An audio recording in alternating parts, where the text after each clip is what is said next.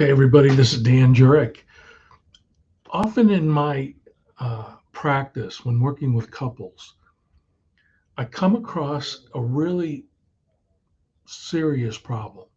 When couples reveal to me that one or the other spouse, the other partner, threatens divorce, and it can be really serious. We want to be sure that when things get heated, that we fight fairly. And threatening to sever the marital bond is often taking it beyond oftentimes repair. It's a cheap shot. And so, what we want to do is find different and more creative ways to communicate our frustration, our feeling of helplessness, our sense of hopelessness for change, our sense of discouragement for what is happening without using the threat of divorce. It's important to remember that thinking about divorce and saying it are two very different things. Marriage is based on the presumption, right, that you are both committed to working it out for better or for worse, right? And when the threat of divorce comes in, you upend the safety and the security of that bond, that vow, that agreement, that covenant. So sometimes, if it is what you truly feel, it may be warranted to bring this up, but not in a heated conversation of threat. We need to be careful of our true intentions, especially when there's conflict, especially when there's anger, especially when there's despair. Dr. Karen Sherman says during an argument, emotions are running wild, and lots of things are said that are in the heat of the moment. But the threat of divorce should never be said. And she's a psychologist who has worked with couples like I have. And I agree, it's the wrong word to use.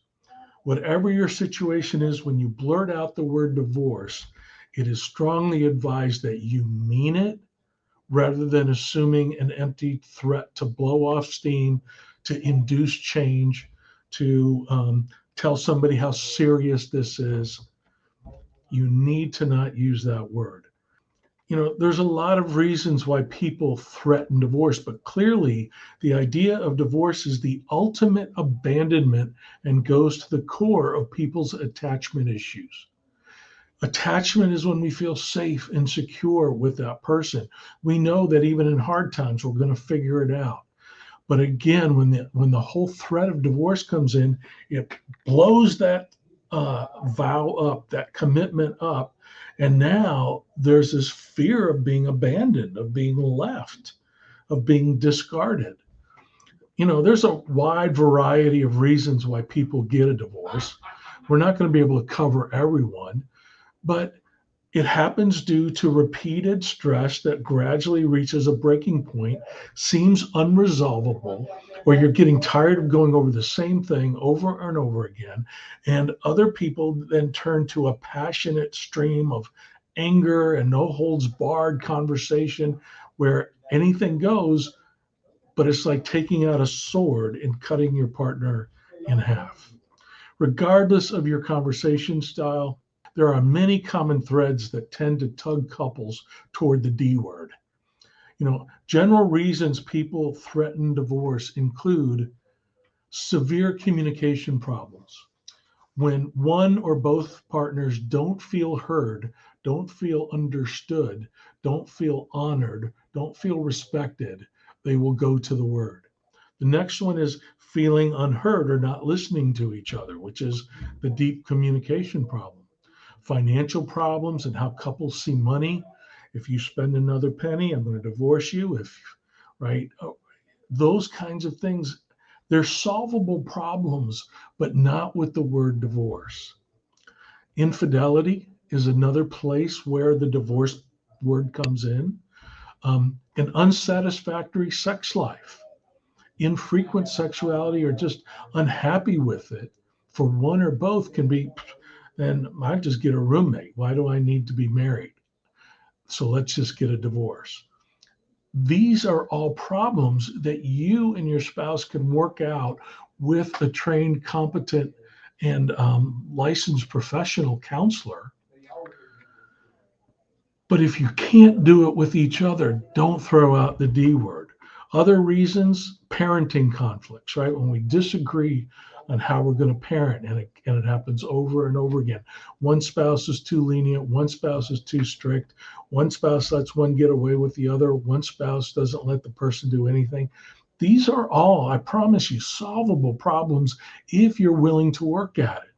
But if you're just going to use the D word, let's just get a divorce, then you're creating a whole nother problem.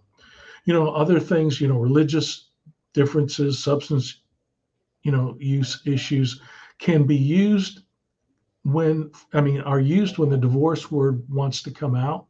But again, it needs to be very calculated. And if you're in a certain intervention with somebody where substance abuse is part of it, maybe divorce or separation will be used, but not in the spirit of anger, not in the spirit of threat. Thoughts about a divorce can be a healthy up call to really work on the marriage. This comes from Dr. Alan Hawkins, who's a professor at the Family Life at Brigham Young University. He says such thoughts might give you the incentive you need to address any problems in your relationship and work towards a solution. But bringing divorce into the fold by verbalizing it and threatening it folds up the stakes and can really erode the trust between the two of you. There's a quote that says, while research has found that divorce ideation is quite common, approximately 90 of those who reported having thoughts of divorce ultimately stay married. It's because they're staying true to their vow. They're staying true to their commitment. They're actually staying true to the person that they really do love.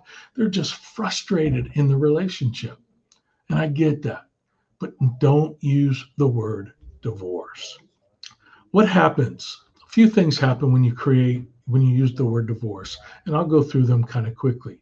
You create insecurity and uncertainty in the relationship. Then we're on the fight or flight response. When the threat of divorce has been put in, now there's this making communication even more difficult. I don't want to say what I really feel because you might just up and leave. And so when the threat of divorce happens, it really erodes communication as well.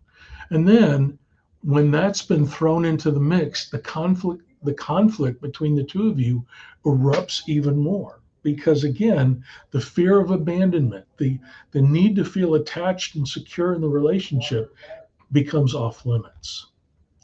A spouse should never use the word divorce during an argument unless it is to that place where it's not being said in anger. It's being said that unless we do something, we're getting a divorce, or I have made a decision to do so. And it's not a threat. But the threat of a divorce is traumatic. It's traumatic in a sense because it brings the relationship from one that promises till death do us part to now saying, well, maybe not so much. And it puts both of you in a protective mode, not a problem-solving mode.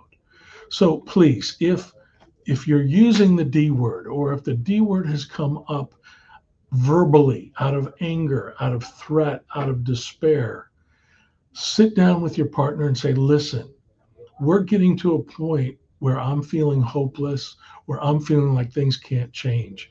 We need to get help. And it's at that point you call me, or you call a trained marriage and family therapist, someone who has worked with couples with high conflict, someone who understands the attachment that gets torn when the word divorce is used. But get help. Don't try and solve it on your own. And please don't use the divorce word as a threat to how you are feeling in the relationship.